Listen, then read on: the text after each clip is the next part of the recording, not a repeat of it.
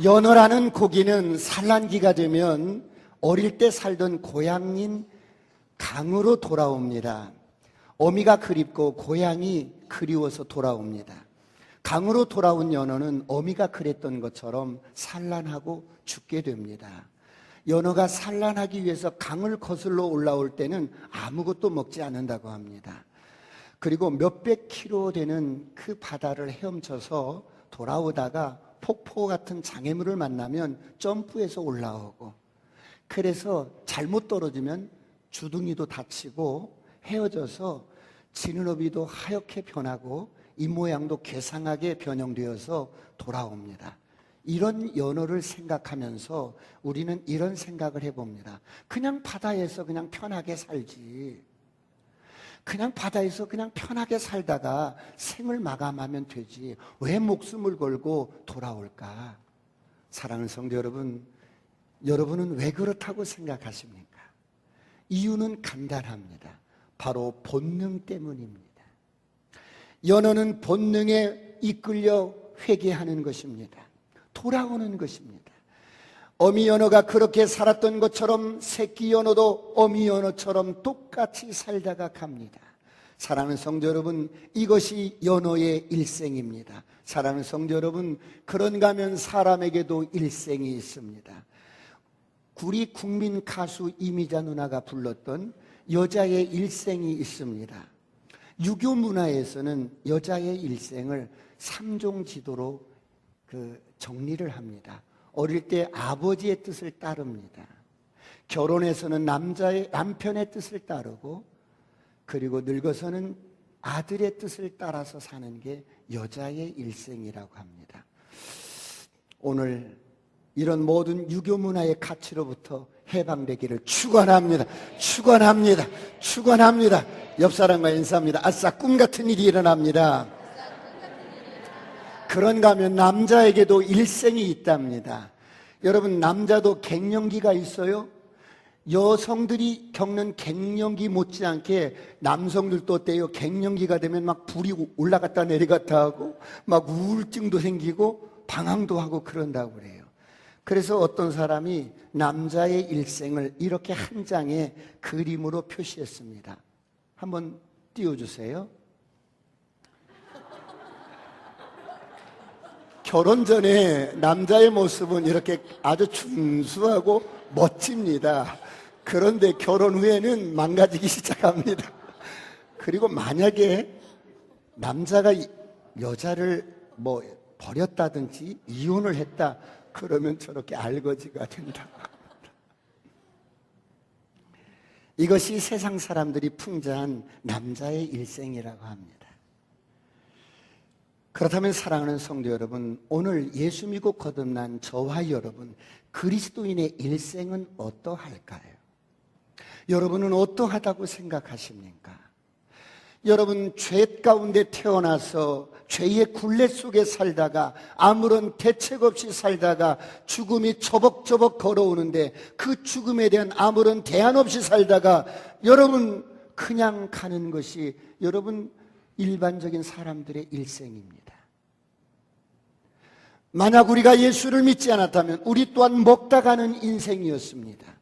재물도 능력의 유무에 따라서 정도의 차이는 있겠지만 결국 한 가지로 왔다가 갑니다. 많이 거둔 자도 남는 것이 없고 적게 거둔 자도 부족함이 없이 빈손으로 왔다가 빈손으로 가게 됩니다. 그렇다면 예수 믿는 사람들의 일생은 어떠할까요? 오늘 저와 여러분에게 하나님은 모든 은혜와 의의 선물을 넘치게 주셨습니다. 그래서 저와 여러분을 사망 권세에서 벗어나게 하셨습니다. 모든 죄에서 해방시켜 주셨습니다. 모든 죄의 굴레에서 벗어나게 하셨습니다. 영원한 지옥에서 영원한 생명으로 옮겨 주셨습니다. 지구상에서 이렇게 행복한 자가 어디 있겠습니까? 지구상에서 이런 종족이 어디 있겠습니까? 지구상에서 이런 사람들이 어디 있겠습니까? 그러므로 나는 세상을 이긴 자입니다. 여러분은 세상을 이긴 자입니다. 여러분은 정복자보다 나은 자입니다. 여러분은 죽음을 이긴 자입니다. 지금 내 형편이 어떠하든지 내가 무엇을 가졌든지 가져지 않았든지 예수 믿고 거듭난 저와 여러분은 행복한 사람입니다.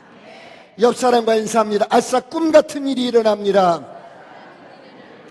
그렇다면 이런 엄청난 복음을 가진 저와 여러분, 예수 믿고 거듭난 저와 여러분은 어떻게 살아야 할까요? 첫째로 예수님처럼 살아야 합니다.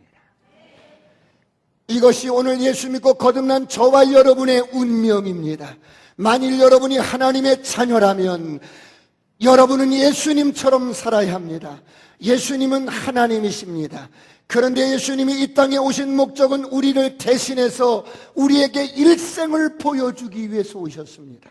하나님을 떠나서 인생 어디서 왔으며 어디로 가는지 알지 못한 채 그냥 내가 원하는 대로 살고 내가 마음먹은 대로 살고 육신의 생각대로 살았던 이런 사람들에게 진정한 삶을 가르쳐주기 위해서, 본을 보여주시기 위해서 예수님이 찾아오신 겁니다.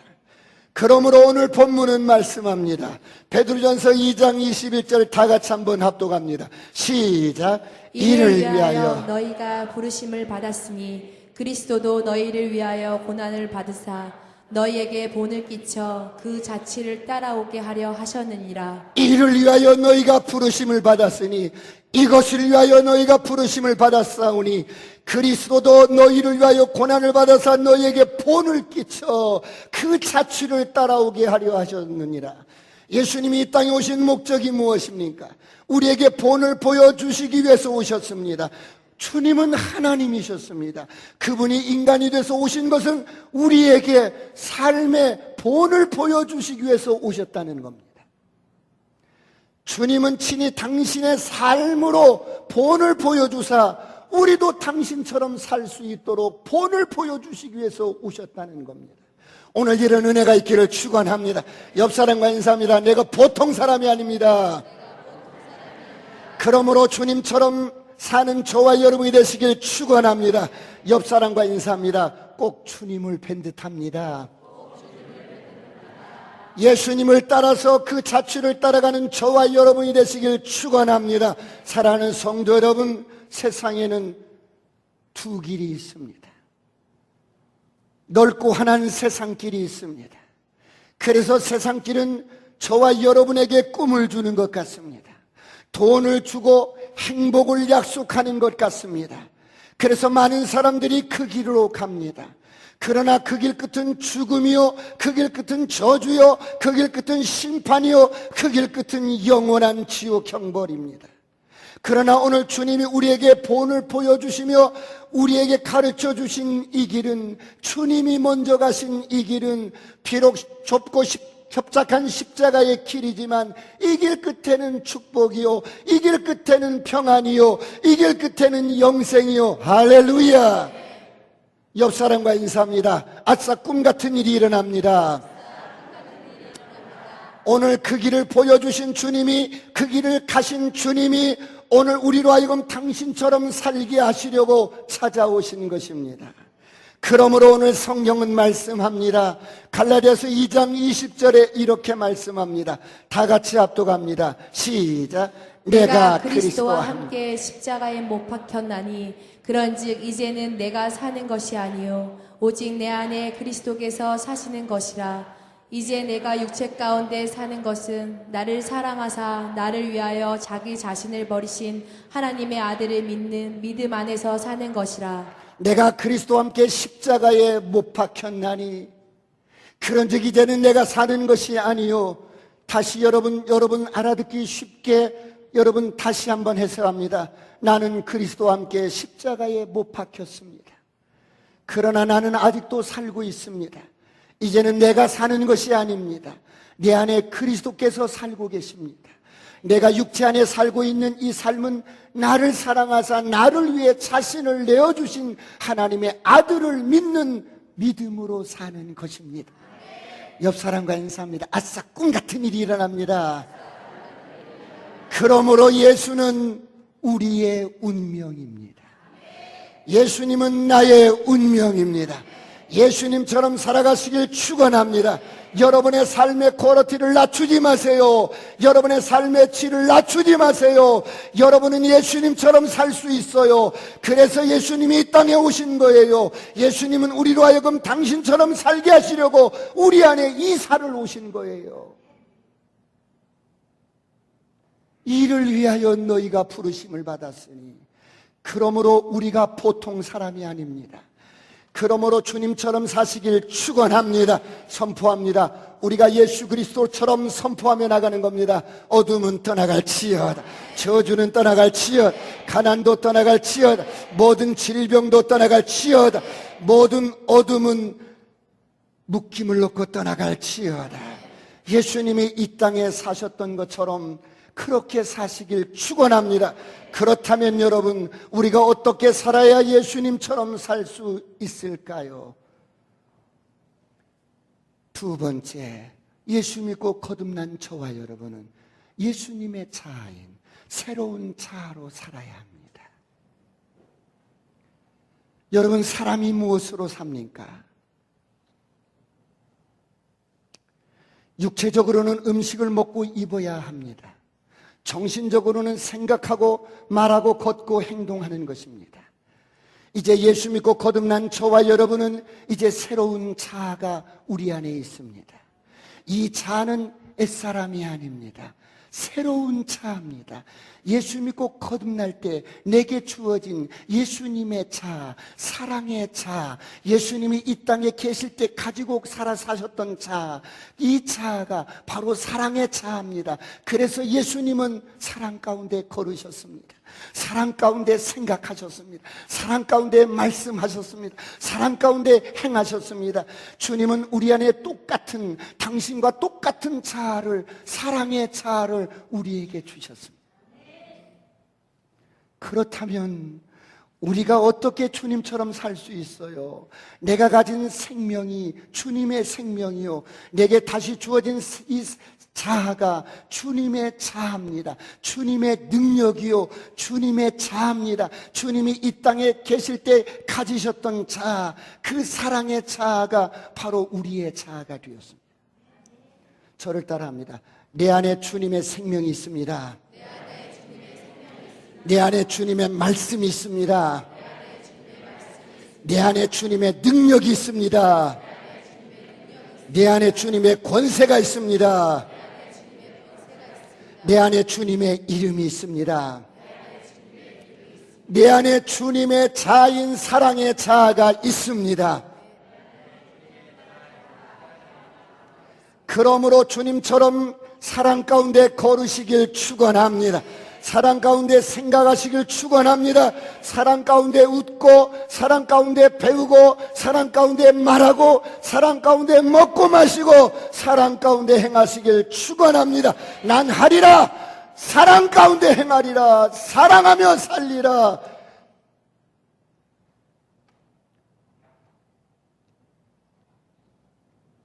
여러분의 삶의 질을 낮추지 마십시오. 우리가 바로 이런 존재들입니다. 그러므로 성경은 이렇게 말씀합니다. 우리가 그분처럼 말씀 안에서 그분처럼 생각하고, 그분처럼 말하고, 그분처럼 걷고, 그분처럼 행할 수 있도록 주님이 우리에게 모든 것을 주셨습니다. 그래서 요한일서 4장 17절은 이렇게 말씀합니다. 다 같이 합독합니다. 시작. 이로써 사랑이 우리에게 온전히 이루어진 것은 우리로 심판날에 담대함을 가지게 하려 함이니 주께서 그러하심과 같이 우리도 이 세상에서 그러하니라. 주님이 우리에게 주신 이 사랑은 부족함이 없는 사랑입니다. 주님의 당신의 생명 그 자체입니다. 이로써 사랑이 우리에게 온전히 이루어진 것은 우리로 심판날에 담대함을 가지게 하려 함이니, 심판날에도, 심판 앞에서도 여러분 두려움 없이, 열등감 없이, 부족함 없이 하나님의 임재 앞에 담대하게 설 수 있는 이 사랑, 이 사랑이 우리의 자아가 되었습니다. 그래서 주께서 그러하신 것 같이 우리도 그러하리라. 할렐루야. 옆 사람과 인사합니다. 내가 사랑입니다. 그러므로 예수님처럼 말하고 예수님처럼 생각하고 예수님처럼 걷고 예수님처럼 행동하시길 주의 이름으로 축원합니다. 나는 하리라. 예수님처럼 살리라. 예수님처럼 그렇게 그 길을 따라가리라. 사랑하는 성도 여러분, 그렇다면 이것이 왜 그렇게 중요할까요? 천국에서는 예수님과 관련되지 않은 모든 것들은 아무런 의미가 없습니다. 여러분이 세상에서 어떤 직위를 갖고 사셨든, 여러분들이 얼마나 많은 재물을 모았든, 여러분이 무슨 일을 하든 상관없습니다. 예수님과 관련되지 않는 그런 모든 것들은 사실 의미가 없습니다. 그러므로 모든 일을 사랑으로 행하시길 축원합니다. 예수님은 우리의 운명입니다. 그러므로 그리스도인의 일생은 가장 영광스러운 삶은 주님처럼 살다가 주님처럼 이 땅을 떠나는 것입니다. 오늘 이런 영광스러운 저와 여러분이 되시길 축원합니다. 그렇다면 오늘 저와 여러분이 이렇게 주님을 따라서 주님처럼 사랑으로 생각하고 사랑으로 말하고 사랑으로 걷고 사랑으로 행동하고 모든 것을 이렇게 사랑으로 행하는 자가 되어 이제 우리 일생을 마칠 때 어떻게 마쳐야 합니까? 세 번째, 그리스도인의 일생은 위대하게 죽어야 합니다. 나는 이 땅을 떠날 때 은하수로 춤추러 갈 거예요. 그리운 아버지 앞에서 여러분 부끄러움 없이 마음껏 해처럼 빛나는 모습으로 은하수에서 춤을 출 거예요.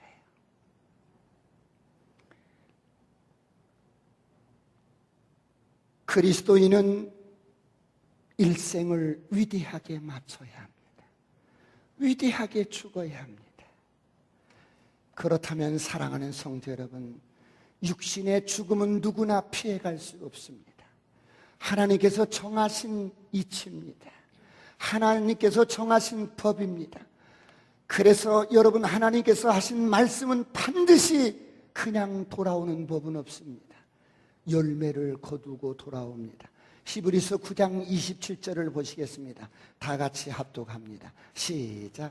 한 번 죽는 것은 사람에게 정해진 것이요 그 후에는 심판이 있으리니. 사람이 한 번 죽는 것은 정하신 이치요 그 이후에는 끝나는 것이 아니라 영원한 심판이 있다는 것입니다. 그렇다면 사랑하는 성도 여러분, 누가 이 육신의 죽음을 피해갈 수 있겠습니까? 푸르고 청청한 시절, 그 여러분 젊은 날의 영광, 인생은 풀의 꽃과 같고 여러분 풀처럼 시들어가는데 아무도 육신의 죽음은 피할 수가 없습니다. 그렇다면 사람은 영이기 때문에 육신의 죽음으로 끝나는 것이 아니라 여러분 그 영은 하나님 나라로 가든지 영원한 지옥으로 가든지 합니다. 죽은 후에는 영원한 삶이 있습니다. 예수를 구주로 믿고 거듭나면 천국이요, 불신자는 지옥으로 갈라집니다. 이것이 하나님의 정하신 법입니다. 그렇다면 사랑하는 성도 여러분, 한 번뿐인 우리의 죽음이 위대한 죽음이 되려면 어떻게 살아야 할까요? 육신의 때를 의미 있게 살아야 합니다. 우리의 삶 자체가 의미가 있어야 합니다. 옆 사람과 인사합니다. 인생을 재미있게 의미있게 행복하게 삽시다. 시작. 인생을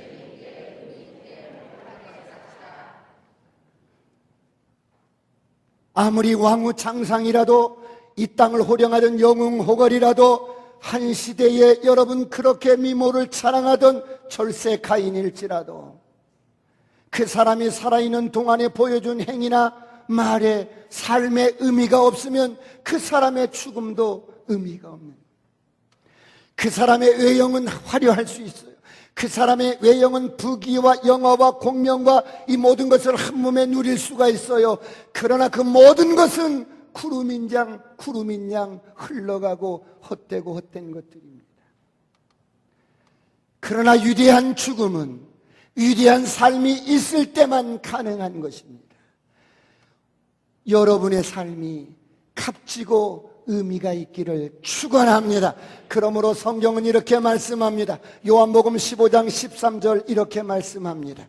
다 같이 합독합니다. 시작. 사람이 친구를 위하여 자기 목숨을 버리면 이보다 더 큰 사랑이 없나니. 주님은 오늘 우리를 친구라고 부르십니다. 그래서 우리를 위해서 값진 삶을 사셨던 것입니다. 친구를 위해서 주님은 당신의 생명을 던지셨습니다. 친구를 위해서 주님은 사랑의 노예가 되셨습니다.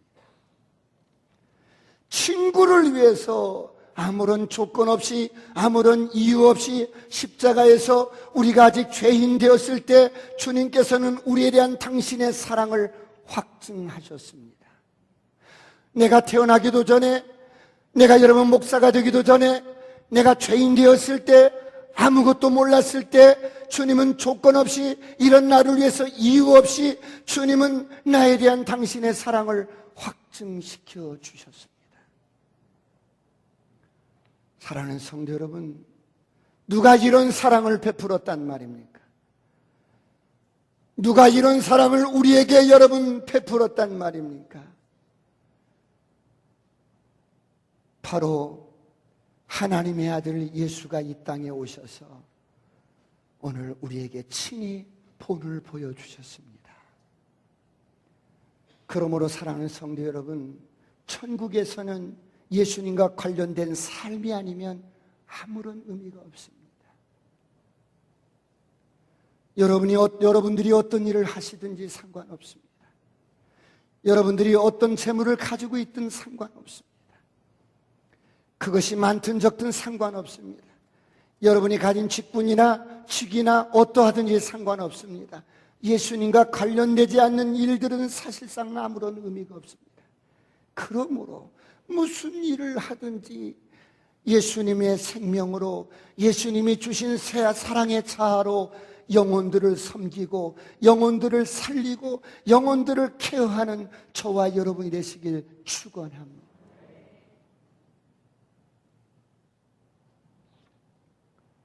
그렇다면 그리스도의 일생 가운데 주님이 보여주셨던 그 모습은 어떤 모습이었습니까? 우리가 어떤 모습으로 살아야 합니까? 주님은 사랑의 노예가 되셨습니다.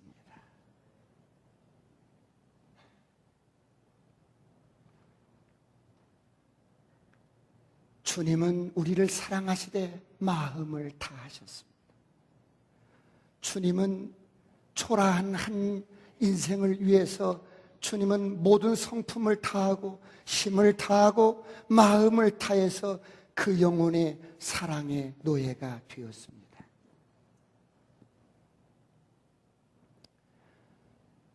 오늘 이것이 우리가 살아야 할 우리의 운명이요 그리스도인의 일생입니다. 이런 은혜가 있기를 축원합니다. 축원합니다. 영혼을 섬기고 영혼을 살리고 영혼을 지키는 사랑의 노예가 되시길 축원합니다. 창세기 4장에 보면 수많은 사건들 가운데 아름다운 이야기가 있을 터인데 하나님은 가인을 불렀습니다. 가인아, 가인아. 왜 하나님? 왜요? 내 동생이 어디에 있느냐? 몰라요. 내가 뭐 동생을 지키는 자예요? 모른다고요. 내가 동생을 뭐 지키는 자예요? 여러분,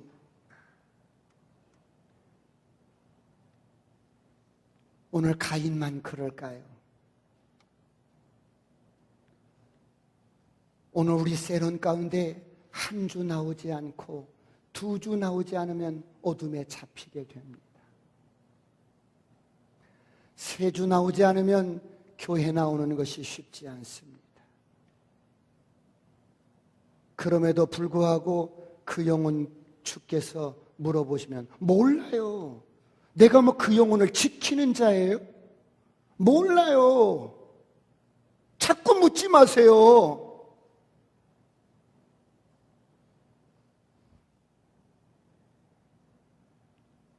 위대한 삶은 삶의 의미가 있어야 합니다. 내게 주신 건강, 내게 주신 어떤 능력, 내게 주신 어떤 힘, 내게 주신 어떤 것이 있다면 그것 가지고 영혼 살리고 영혼 세우고 영혼을 지키고 영혼을 여러분 성장시키는데 사랑의 노예가 되었으면 좋겠습니다. 옆 사람과 인사합니다. 아싸, 꿈 같은 일이 일어납니다. 이것이 오늘 그리스도인의 위대한 일생인 것입니다. 이것이 오늘 우리 주님이 가셨던 그 길을 우리가 그대로 따라가는 것입니다. 사랑하는 성도 여러분, 친구를 위해서 목숨을 버리는 자는 이보다 더 큰 사랑이 없다고 말씀합니다. 여러분은 누구를 한번 진심으로 껴안아 본 적이 있으십니까? 외로움에 그리고 고통 가운데 울고 있는 영혼을 찾아가서 진심으로 울면서 기도해 줘보신 적이 있으십니까? 그 영혼을 진심으로 손잡아서 여러분 격려해 주셔 본 적이 있으십니까?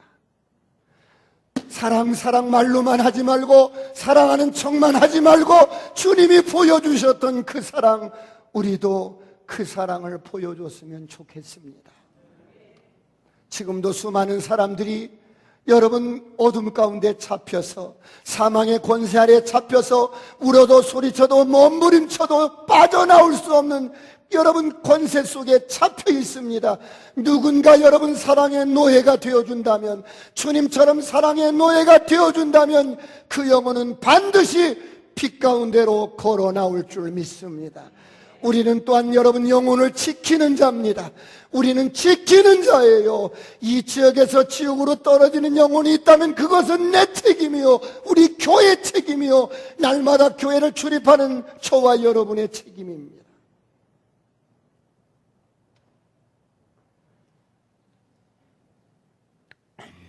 이쪽 뒤에 연립에 이렇게 몇 분들이 살아요. 여기 이 지역에 굉장히 오래 사셨던 분이에요.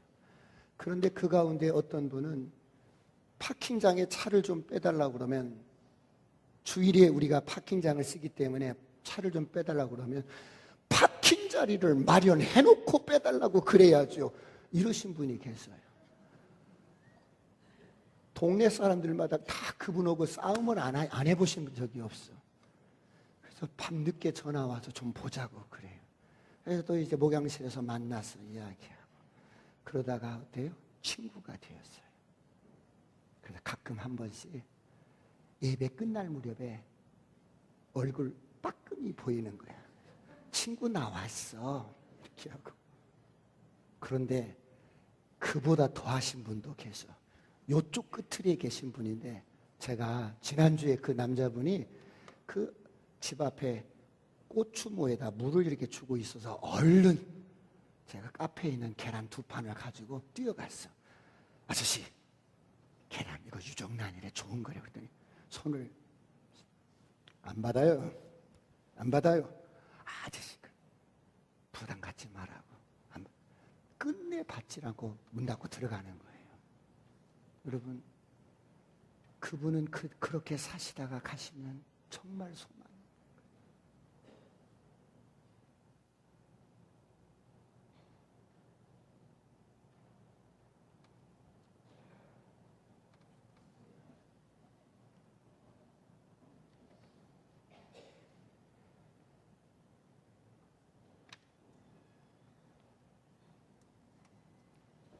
주님, 나도 당신처럼 사랑의 노예가 되겠습니다. 아무런 이유 없이 조건 없이 사랑의 노예가 되겠습니다. 주님, 당신이 왜 그리 기뻐하셨는지, 그 앞에 기쁨을 위해서 십자가의 고통도 부끄러움도 수치도 아픔도 견디셨던 주님, 왜 당신이 그렇게 기뻐하셨는지 이제야 알겠습니다. 진정으로 영혼을 사랑하면 행복한 것을 이제야 알겠습니다. 나도 아무런 조건 없이 이유 없이 사랑의 노예로 살겠습니다. 사랑을 하는 척 하는 것이 아니라 참 사랑을 하면 행복해질 줄 믿습니다. 오늘 저와 여러분이 한 주간 이런 한 주간이 되시기를 주의 이름으로 축원합니다. 기도하시겠습니다.